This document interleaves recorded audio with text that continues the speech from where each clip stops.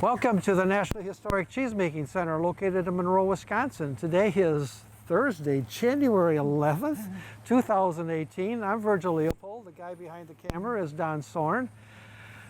We're a long way from Monroe, Wisconsin right now, folks. We're about 1,000 miles south, almost 1,100 miles south of Monroe in Alberta, Alabama, with Alyce Birchenough from... Well, grew up in Louisiana, met my husband in Western Michigan, lived there for 7 years, and then we decided we didn't like winter. So we moved south, and we've been here now for 34 years. And the name of your place that we're at is? We're at Sweet Home Farm. Sweet Home Farm. We have heard so much about it. I'm going to tell you, Don was the one that came up with the idea that we should do an interview with you, Alyce. Yeah, something out of your...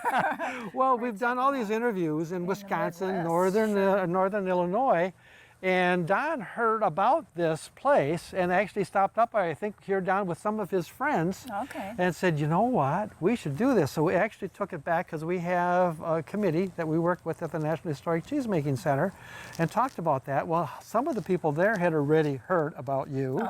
And then we happened to be up at Bob Will's at Cedar Grove Cheese. Well, Bob has actually been here. Has he really? Is that right? His in-laws used to winter in Alabama. But then they decided they liked Arizona better. But then we were talking to him about this, and he said, well, I'll call Alyce because I know her. And then, so he called us, and then Don called you back with all that information.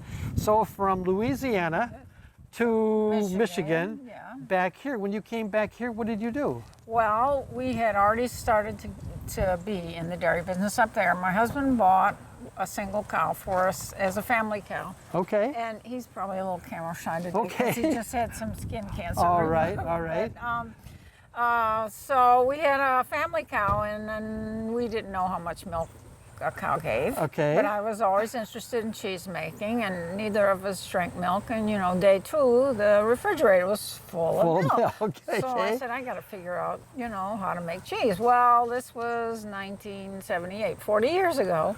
Oh my gosh. Not much information, no internet. None of the resources that the cheesemakers are starting up today have. So it was a real struggle, but you know, we fed a lot of chicken, cheese to the animals, and when it started to get better, we started thinking, and right about that time, early 80s, the artisan cheese movement was just getting rolling. So we went to the very first meeting of the American Cheese Society at Cornell. That was in '83. And we met a lot of people who were on that same path. So then we decided, I think we can do this. But then we decided to move south. So there was plenty of milk in Michigan, and they didn't see, you would be in an area where there would be a lot of cheese factories, a lot of resources. So they didn't want any more producers. This was about the time that the government was paying people to go out of business in the dairy business. So you either had to slaughter your animals or export them. And then they paid you to stay out of business for 5 years. Went through a period of time with that. That's correct. Early 80s. So, we didn't get a lot of support for getting on the route because we did originally ship milk so we could just generate a cash flow. We didn't have a building or anything, and then we decided, you know, that we were just going to move. So you moved down here. We moved. The tax base is very favorable to agriculture. The cows can be outside all year round. We don't need any barns. So we only need a parlor, interior parlor, and Doug built all the buildings except for the house we remodeled. And so you bought this place? Did you hear about it? How did you? He came down. We had friends in the area from Michigan, and they had settled in the area. So we kind of knew the area. We visited them a little bit. And then we were reading one of our farm magazines that said Alabama had the lowest agricultural taxes in the country. So, and Michigan had the highest. A little difference there, right. So a couple of weeks later, and they were coming, our friends from here were visiting at the time, and a couple weeks later he was down here looking for property. So you bought the property? Bought the property. It took us about a year to move because we did it kind of incrementally. I had a job up there because we still needed an income. And we were just building our herd. So we kind of kept that going while he was back and forth here looking for property, and we found this place. And so it didn't have anything but the house, and so we just decided when we were ready to move, which took about a year, that we sold our older cows and then just brought our calves down. Of course, they had your calves. So Guernseys, and there were no Guernseys around. I was going to say, I remember reading about you. You have a Guernsey herd, right? Right. So we've done some crossing over the years, but we really like the Guernseys. Why the Guernseys? I'm just out of curiosity. We are very, very. Because I'm a Holstein guy. I grew up on a farm, so. Well, I didn't want that big quantity. Yeah, you're right. Size of animals are a little different there. You know, when you get a female involved, she wants things more scaled down. That's right. And we love the cream. We love having our own butter, and the yield is a little better. And the animals are a little more gentle. So for people watching this, and they're trying to understand the difference between Holsteins and Guernseys. Holsteins will give you more milk. They're bigger animals, but their butter fat isn't nearly as high. It's just the total solids and the total yield. Okay. But you know, every breed has their loyalists. So we started with a Jersey, and she was very unruly and had horns, and once she took the buttons off my husband's shirt, and that was just she's going away. We got to find some Guernseys. So we did find a Guernsey, and she was just so mellow and great. So we just fell in love with her, and she was the foundation of our herd. So when you started out right away, did you start making your cheese then right away? We were making for ourselves, you know, just for personal consumption. And as the quality improved, our friends and family started, oh, you want to sell me some? I was like, oh yeah, maybe that's what we should do. Okay. We were both working off the farm and wanted to. So you had other jobs down here besides what you were trying to do here? Well, not here, but up there. Before we moved, I was working. We were both working off the farm, and then when we decided to get into dairy, then he quit his job because he had a sawmill. We built the own barn and got the dairy. So he had that background when he came down here to start building his own buildings down here then too. Okay. So then when we decided to move, we just took that foundation herd and then kind of started from going. Then we switched places. I stayed home, and then he took an off-farm job, and that worked for about a year. And then we just said, well, we've got it going enough so we can ship milk, and that'll be our income for about a year until we finish the cheese part. So where do you sell your milk around here? Are there there's a big processor in Mobile. Okay. That would be the closest one. So that's where our milk went for a year. Because you don't have near that kind of structure, infrastructure down here that we have in northern southern Wisconsin. Yeah, we're actually the last dairy left in this county. Are you really? Yes. Oh my gosh. County is the biggest county in the country east of the Mississippi. So I did not realize that. Okay. So it's been a real struggle in some aspects, just for infrastructure, veterinary care, the right types of feed. We kind of had to make do with a lot of different things. So do you grow your own crops we for them? We do strictly pasture, and you can see here the weather is mild enough that we have some kind of green growing all year long. We buy our hay. We tried to do our own hay in the beginning. And it was just kind of challenging, and we just said, let's just focus on making milk and making cheese.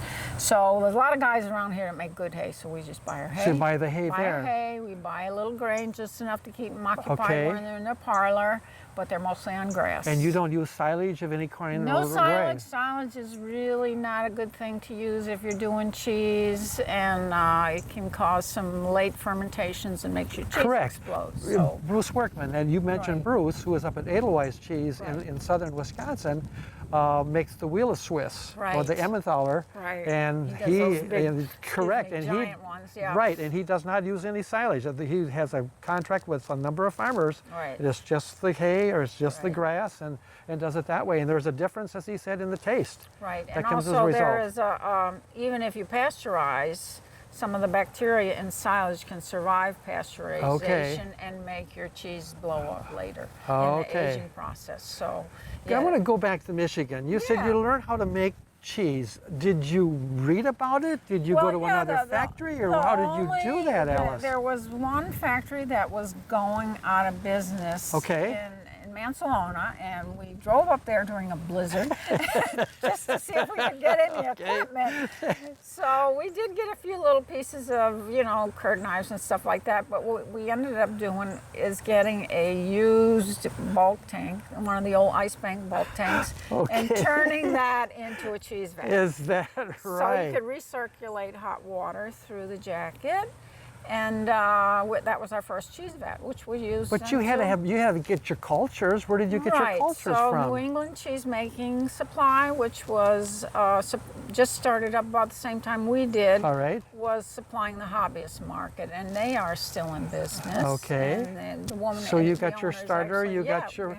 How did you know what to use? Because there's an art to this. I mean, there's a lot of science to it, obviously. Absolutely. I'm still learning. You know, everything is changing because now that we see a big seasonal difference in our milks, you know, the hay, when they're eating hay, they're making much more butter fat. So you have to make that adjustment as you go along. Absolutely, because most farmers, if they're making cheese on the farm, they don't standardize their milk. Right. So that's more of a challenge for farmstead producers, because in a big factory situation, it's easier for them to make cheese with standardized milk. So what kind of cheese did you make in Michigan? Well, of course, everybody starts out thinking they should make cheddar.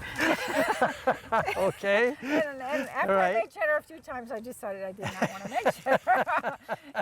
It's a really long, involved process, low yield, and it made me cry a couple times. So I decided I wanted to do some other things. So then we started working with Swiss and Blue and Gouda and a whole bunch of other things. So you just experimented on your own and said, well, I've got to have this culture to do this. It's going to take this kind of temperature. I mean, all the way through. I mean, all that's involved. There's a lot involved in making cheese if people don't understand that. So the only book really that gave you kind of an outline was a book, I don't know if you're familiar with, Carla Emery's Old Fashioned Recipe Book. No. It's a woman and her family that were homesteading out in Idaho. Okay. And so they were doing everything from scratch, living off the grid, milking cows and goats and raising chickens and having a big garden, and had a bunch of kids. And so she wrote this huge, thick book about all her experiences on the farm. So that was my recipe book as best and you as started you from there and went? And went. So then once classes started to become available, then you started going to those. I started taking classes. I took a class in Wisconsin and Canada, and I just going out in Washington State. So I've taken classes all over. Now, what in Michigan, in Wisconsin, there is a requirement you have to have a cheese making license. Right. Do you have to have that? That's the only state that That's the only state that requires that. And I think that's good, because then you know that the cheesemaker is educated to what he's supposed to do. So I know Bob from being on the board of directors of the American Cheese Society. Okay. So one of our focuses now is to try to create some infrastructure so cheesemakers will voluntarily step up and get involved in a process of becoming certified. We haven't set up a program yet. We just set up a program for certified cheese professionals, which is more focused on the sales and mongering aspect. So just that people that are selling cheese know a lot more than they probably even need to, but it's all their input. But they really are proud to get the certification. Absolutely. So we're trying to make this happen for cheesemakers too, because any state but Wisconsin doesn't have that infrastructure. So I'm really excited that's wonderful. Something we're going to be working on. Came down here. Do you bring those same kinds of cheeses down here? Did you? Well, some of it, you know, my processes had to change a little bit because the milk components changed a little bit. Because of? Because they were on grass more. Okay, gotcha. Rather than, and you can't grow alfalfa here, it's too hot. Oh, okay. So, and also the temperature. So, you know, I can see all that impacts. Oh, yeah, and I see a big fluctuation in components. It gets warmer a few days, and then it gets cold, and so I can see a fluctuation in the milk just by measuring the pH. Okay. And you've got all that as part of what you have to check and be able to do it. Summer gets very hot here and very humid. Really I would have guessed that really also hot, has an impact very wet, on the milk. So, yeah. So all those things, you know, but just from experience. It took me about 2 years to see this. Okay. You know, the graph, the Right. mental graph. Right. So that you put together, so you knew this is going to work, and you changed that. It's a little bit different in the winter than you do in the summer. So how many cows do you have here? Well, we try to keep our milking numbers between 12 and 15. I know that's probably a laughable number coming from Wisconsin. We were just talking about the amount of cheese you make, and I was just saying the small. Klondike factory up in southern Wisconsin is yeah. going to be at the 100,000 pounds Pounds a per day, day. yeah, That's I 1 know. million pounds of milk per day that has to come Even if in. we decided we wanted to buy milk, it would be like a 100-mile trip to the nearest dairy. So that right would now, be willing. all of your cheese Right. comes from your cows. Right. So that was another reason we decided we did want to get bigger, because, you know, really when you start to make cheese on the farm, you're doing 3 businesses. You're producing milk, Yeah. you're manufacturing, and then you have to make a sales program. Okay. So all those things impacted our time schedule. So we said, if we got to do all these different things, then we got to sell ourselves, which means we had to build a little store, add that onto the dairy, and then figure out a way to get people to come to the farm, because when we moved here, there were no farmers markets.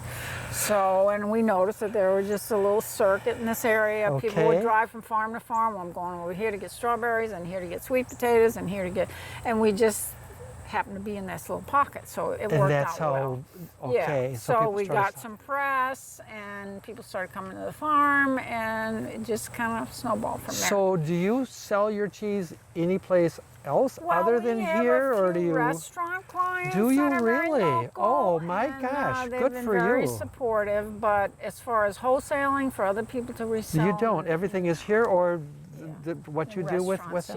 yeah. So what kind of cheese do you make now? How many We different make a lot of brands? different kinds. Oh, I was gonna say. Yeah, still do. So we do a Gouda and a Jack, and we do a lot of flavored varieties and Swiss. So we do an Asiago with pepper in it. I do a blue cheese. We do a lot of different kinds. So you know, I just love to experiment. But you know, I've kind of had to rein myself in, because your customers have to have a I was reasonable going to say, expectation. and you come have to, back and and go you what have to they've know, had you have to keep before. track what's going to go for you Right, too. Right. So we to keep be able to do good that. records to know what sells and what. So do you people make like. cheese every day? No, Okay. I'm not young anymore.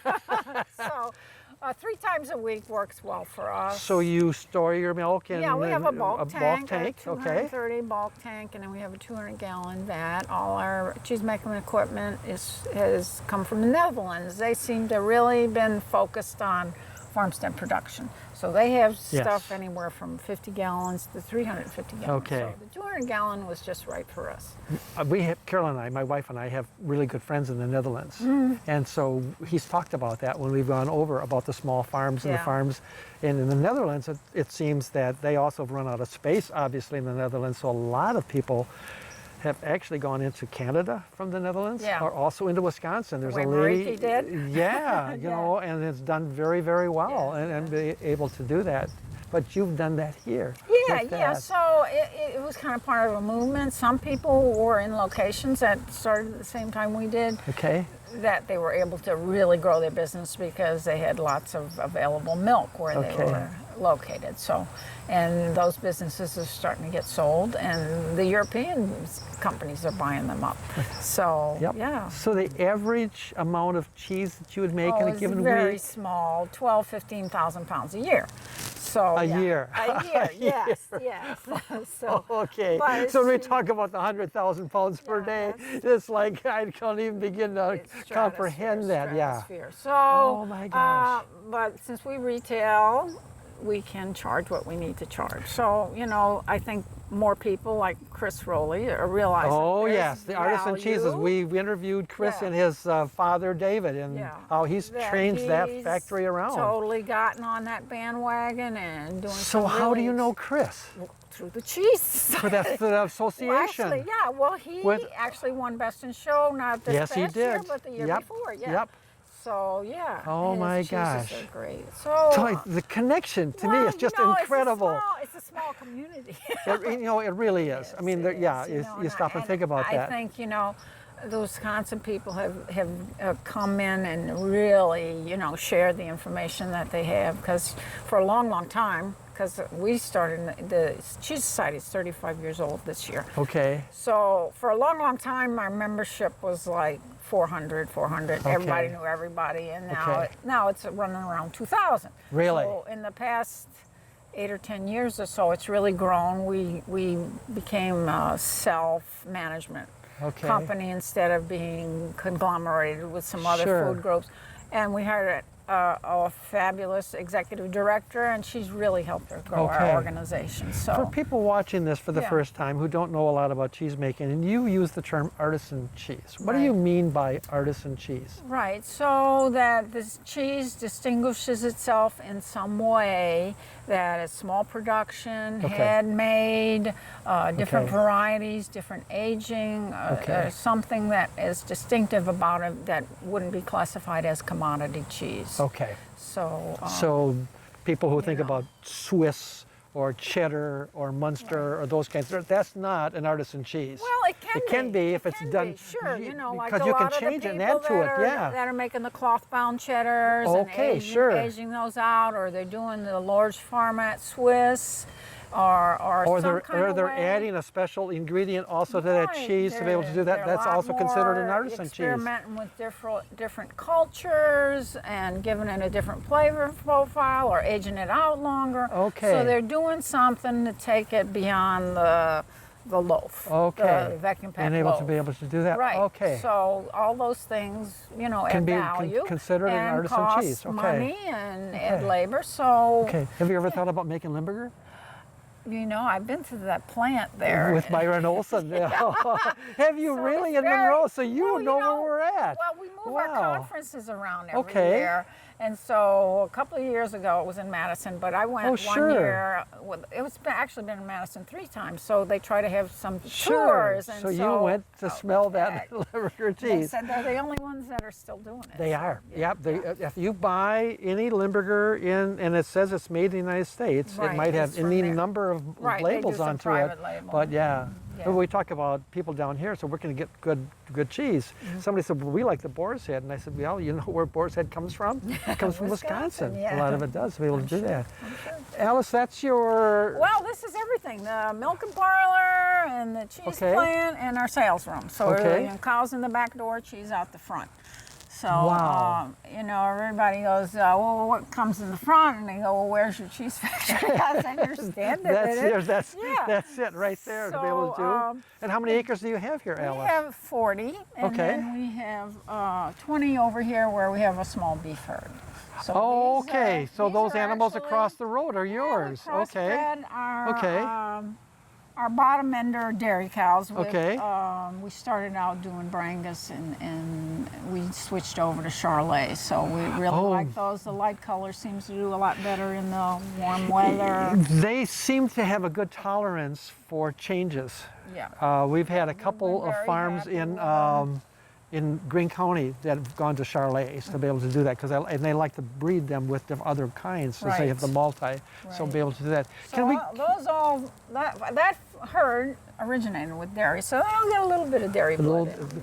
Can we go in to see your store, or what would you like us to see, or how I don't know if you want to see the animals, but sure, Don, you want to follow us down here, and we've got. There are some of your guys. Yeah, we've got heifers and cows that are waiting to freshen. We've got 5. We just had one freshen yesterday. So do you have your own bull, or do you? We do both AI and we have a bull right now. So we've got a couple of calves. So where would you go to get the semen for your artificial insemination? He delivers. He does. He Okay. delivers. It comes So down we through don't. here. I have to do the insemination. You actually do that, so because we don't have tech service here. So you trained yourself how to do that also? No, I took a class. I don't think that's something you can train yourself to do.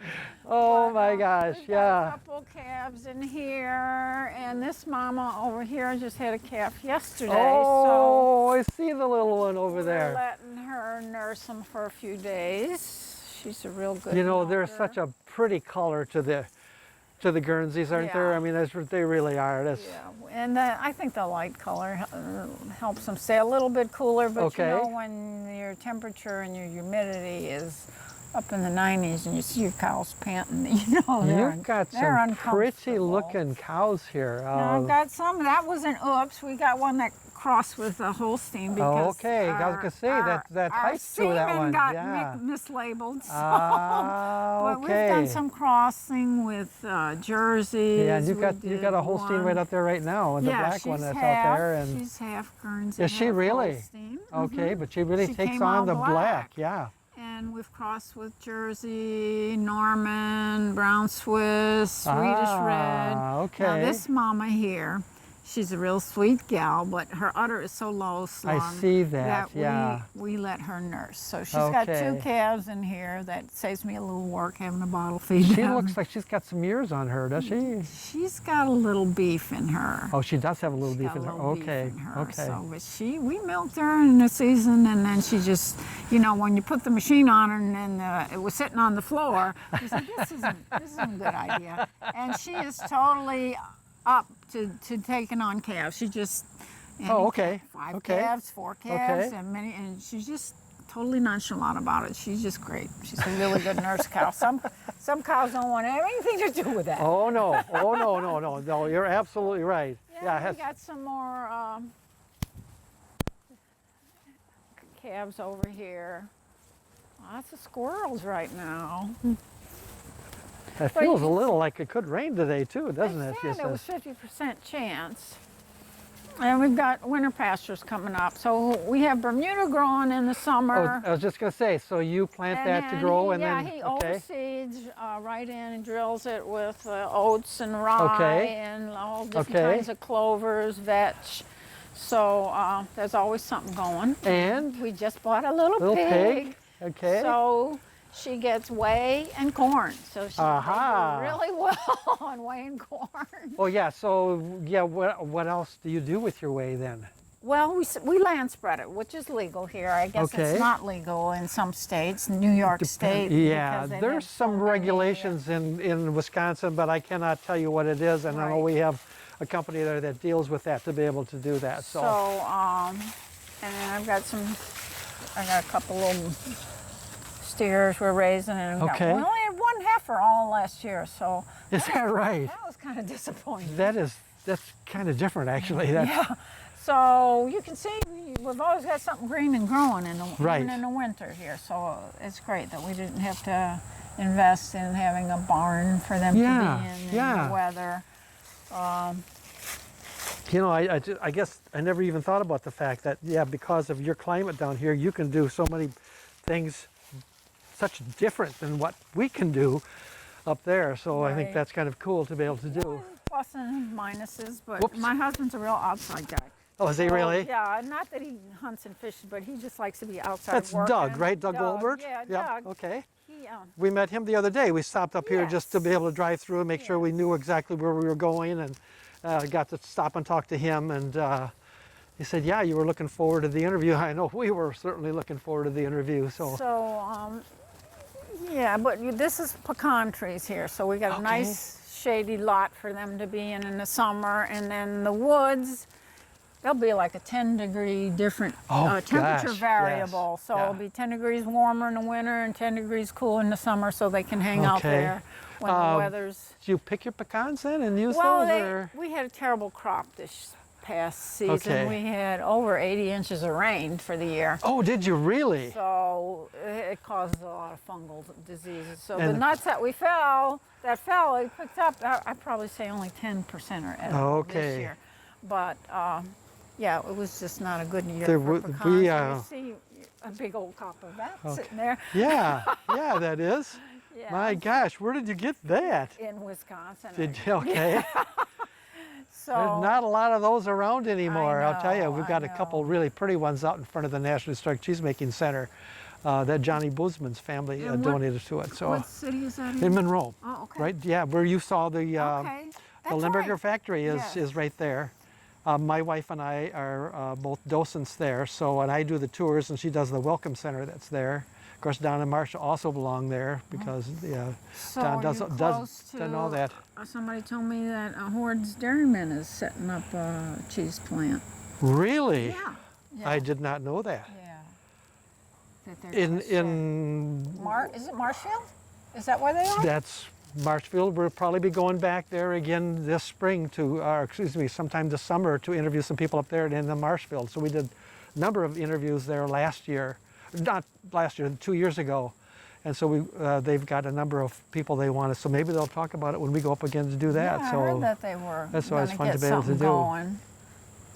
Well, can we go inside, Oh, sure, Alice, yeah, and do that? Don, it's okay working for you, it looks like, and following us along. So the hay that we feed here is a lot of ryegrass and something called perennial peanut. So it's the closest thing to alfalfa. It doesn't make a nut, but really? the leaf is like a very large alfalfa. So that's probably the highest protein hay we can get. Okay. But this here is ryegrass, and we save the perennial peanut for the milking. Oh my gosh, herd. okay, all right. They always get Well, the top of the line. You've These are really those figured this out, haven't you, feed Alice? buckets that have Taking you a all while the to get to what you minerals. want, and I had, it's so humid today. I got the air conditioner running. oh, isn't that something? Yeah. So this is an ice bank. The old ice bank bulk tanks. They are just ideally suited for here because the tank is always sitting in a vat of cold ice water. So you've got some reservoir there in case your electricity goes out. So this is where you can store it until you're ready to make some some cheese this will here. hold 230 gallons of milk. Okay. You see, we have a tiny parlor. We only milk 3 at a time. Okay. So they come in here, go out there, and milk gets stored here. Kind of a small milking parlor, if you want to call it that. It used to be just 2 stalls. Okay. So we had to knock that wall out and make it 3 stalls. So we got we had a lot of farmers up in Michigan that just said, I'm not using this 1.5-inch pipeline, come over and get it. Exactly, right. Yeah, because everybody wants a 3-inch pipeline, and we said, okay, so. It works fine for you. That's all you need to worry about. When we come through here. Yeah. John, I'll try to hold this for you. I'm not going to suit you up, but you'll be able to see the manufacturing area. So we just. Oh, sure. Otherwise, you'd have to put us in suits to be able to do that. So. Yep. Sounds great. We got a hole in the wall. We just pump that into the vat. Okay. This is my the Dutch vat, and then the press is a manual press. So as I take off and on those cylindrical weights, I can increase my pounds per square inch pressure there.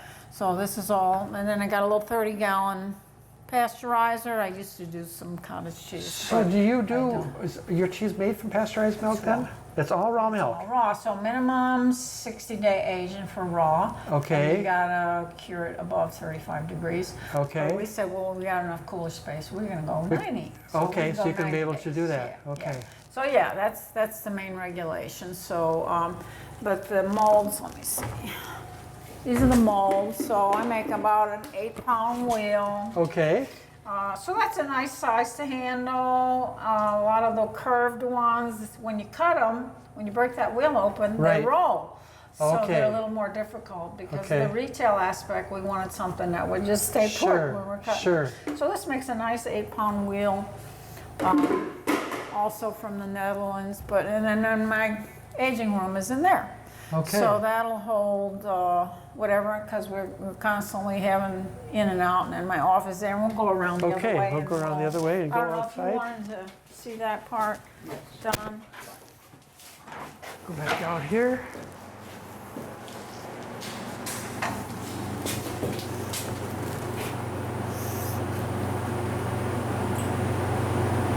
Have y'all been to eat at Roadkill in Alberta? Yes, we have. Now, any concern of the people eating cheese that's made from raw milk? Do you ever have a concern? No. Well, pregnant women are the only ones they explicitly tell not to eat raw foods. You hear so many stories about that, and people so concerned, and I do not see that as a concern. So. Well, a lot of people. There's so many other things now. They said they're realizing that it's an environmental problem. It's not from the raw milk. Right. It's from the environment, because there's been outbreaks with mostly produce, actually. Yeah. Fresh produce, luncheon meats, ice cream. See, and we've had some fights up there with people who were concerned about people buying raw milk. Yeah, and I'm going well, like, see, that's when if you you've know, ever drinking raw, if you've ever had raw milk, it's before it's gone through a fermentation. Obviously, Right. it's got a lot more risks. right. But you know, since cheese goes through that fermentation process, Correct. It's creating a lot of acid. It's a hostile environment. So yeah, but my people taste the cheese. My customers, they love the flavor, and that's what sells. So Some of our older cheesemakers up there will talk that when they started pasteurizing, there is a difference in taste. Sure. Absolutely, there's a Sure. difference and in our taste to be able butterfat to do is that. high. So Right. in the summertime, you know, it'll drop down to 4.2, but in the wintertime, it'll go up to like 4.9. Okay. So and in regular standardized milk is like 3.2. So there's a big difference in creaminess. so we're going through here, Don? Well, this is my sales This is room. your sales room. Okay, So great. It's empty right now. I got a couple Okay. restaurant orders to pick up, and then people just come in here. We sample like crazy. This is usually Oh full my of cheese. gosh. We're taking our winter break, so we're closed until February 2nd. Can you sell some different vegetables and stuff? Well, or some just dried fruit. Dried fruit? Just crackers. That's and something you things. also make here, or no, it's something you get from somebody else. Okay. No, we just You got enough buy bills in to bulk. worry about. So yeah, we just thought, you know, we got to be out here all day. We might as well sell some go-with items. So we got a lot of dried fruit and nuts and jams. People really like the jam and sweets. Southerners love sweets, and just things we thought would go with the cheese. So I'm very familiar with Bob's Red Mill because my wife has celiac, so she has to Oh, be careful okay. about what she I gets bet. for flours. So I know that's a name that she has used before to be able to do that. yes, And you're it's all open over. how many days a Just week? 2. We used to be open 6, and then as we reached our point of maximum production, where we were comfortable with that production level, and our demand increased, we just started shrinking the sales opportunity. Okay. So. So that's some of the ones that you, and you have Right. right up there, raw milk Right. cheese aged over 90 days. So Right. people So, understand yes, right away when they come in, absolutely. it's And- made from raw milk and be able to do that. And you know, it's on every label. Has to be, you know, on your ingredient. It says unpasteurized milk. Okay. So I'll give you a copy. Oh, of that'd be this great. is the product list. So yeah, and then we got some olives and that kind of. So you're So- making cheese now, you'll store it until you start Right. opening So up behind again? this wall, Okay, is, okay. you see, we got our. Oh, sure, just like Yeah. we have there. I mean, Right, it's just like, so- yeah, Right. only on a smaller scale compared to Right, what we would find in right, some of our so- factories up there. We got most of our information about layout from something that extension set up in Okay. the 80s for Minnesota. Okay. It's called the Minnesota Farmstead Cheese Project. And Okay. a lot of farmers got involved in making cheese because the milk prices Okay. were so low. Okay, So Extension set up this program, helped them source equipment, helped Okay. them, you know, and then they kind of co-opted okay, the cheese, and then somebody else sold Okay. it for them. But I think eventually everybody kind of went out on their own okay, because the ones that didn't like doing it or still weren't making any money got out. okay, But there's one in Minnesota, I think, that's still doing it. okay. So one But of when the- you want to try a different kind Right, of cheese, right, you don't have support around here like we have in southern Wisconsin with the Dairy Research Center that's in Right. Madison, where people can go up and work Right. there or work with Gary Grossen, who's the head cheesemaker there on campus. You Right. don't have that. You right. have to But, do you it know, on your now own. that I know more about cheese Right. making, what particular culture, to me, is a culture. So all Exactly. But you can buy this culture from one culture house. It'll- Okay. Supposedly the same kind of culture from another culture house. Okay. And they'll produce acid at a way different rate. Even though, It's supposed to be, right, like a the same. tomato is a tomato yeah, is a it's tomato. and it's not. So this, with all these okay. different strains of cultures, they'll produce different flavor profiles, So again, different you acid go in amount. and you're going to check the So pH I know, and everything. yes, that this one is going to work fast, this one's going to work Okay. slow, what kind of flavor profile. So that's just something I'm particularly interested in. But Okay. yeah, I don't know if you know Dave Potter. He sells ingredients. He mostly deals with. Oh, the name rings a Yeah. bell. See, He most used of our to work for some of the culture houses, but Okay. he started his own Okay. business Okay. selling supplies to small-scale cheesemakers. Oh, And okay. he's got a very successful business Okay. now, and so he got a lot of things going for cheesemakers and helped them, kind of scale Right. up, go from hobbyists to. Well, kind of a funny story. Don and I went to interview the Einbeck family at Regis Supply up in Monroe, Yeah. and I thought they sold paper goods. They're the ones that have all the cultures. Oh. These guys will come in and say, I need this culture, so they'll contact a culture house. They'll bring in that culture for them to be able to do that. So Yeah. we have that right in Monroe, but they that's go great. outside of Monroe Yeah. to get what they need, because people don't understand that culture is so important about what you're Right. going to be able to do and be able to go but through and do the that. cultures that Dave actually sells Okay. are produced in France. Really? Yes. Okay. So they're all prepackaged in envelopes that you can store in a regular home freezer. And be able Because to, there's oh some my other gosh. types of cultures that have to be stored in a special Right. freezer like 40 below. Okay. So, and some of the culture houses only want to deal with big clients. So, Correct. And I Yeah. totally get that. So with Dave and some of the other places that deal with artisan producers, they'll buy something Right. and then resell it. And people don't understand, some of that culture is pretty expensive Yes, they to be able to do. Again, Yeah, people yeah. look at the price of cheese or whatever. They don't understand everything that goes into Right. it, the culture cost and everything else that you have to do to be able to Right, go and right. do Some that. of them are real affordable. There's one that's really popular right now because some of the cheesemakers are adding it to cheddar to give it kind of Okay. a sweet, nutty flavor. So this one little envelope costs like $45. Okay. It was like, what? June is a But bad you- time for you. Too bad you can't come up to Monroe the second Saturday in June, because we have an actual original farm factory. Yeah, And they still make Swiss in cheese. the big vats. Well, it's actually a smaller vat. Oh, and he's because doing it it was, outside. and Okay. we got a building that we're in, Oh, and we cool. do that once a year. We actually make it, and we use raw milk then too. Yeah, and be then able you to have do to that. throw it away. Well, some of us eat it. Be able to do. I think Bruce Workman stores it there and Oh, that's ages cool. it for us. That's So, cool. Alyce, what's the future for you here? Well, I always ask the I don't question to these know. guys, I what's the don't know. future? We What's the don't have an future? exit plan. Okay, I don't. okay. Because I always ask the We've question got- of these cheese factories that we go into, what's the future look like for cheese making? I think the future for cheese making is Is great. great. Me personally, I don't know. What's going to happen? I don't Yeah. know. But I think it is. I think people are more into the artisan cheeses. Right. You know, Dave Rowley found that out. I mean, Right. Chris Rowley found that out. I mean, Right. his dad was really surprised when Chris started to combine some of those things. Because I asked Dave during an interview, what did you think of when your son started to combine these things? He said, I really thought he was crazy. I mean, he has that right on tape for us.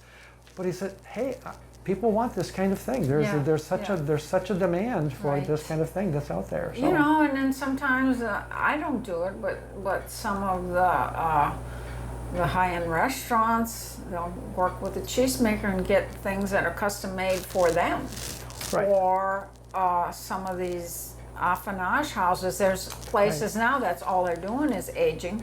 Right. And they'll take the cheese in it when it's very young, and then they'll Yeah. do something different Yeah. to it, wash it, or Yeah. put herbs on Yeah. it, or Yeah. something, and then they're calling Yeah. it their own because they've done something so distinctively different from the original format that it's a different. Yeah, cheese. cheesemakers are responding to what people want, and they're Right. changing to be able to meet that need. I once asked Steve Stetler or Dave Buchholzer, how many different kinds of cheese do you make? They go, I don't know. I never really added it up, but we get this order in, and we go ahead and we do that. Well, We get another order in. Like Sid Cook, he does Correct. a bunch of different. Right.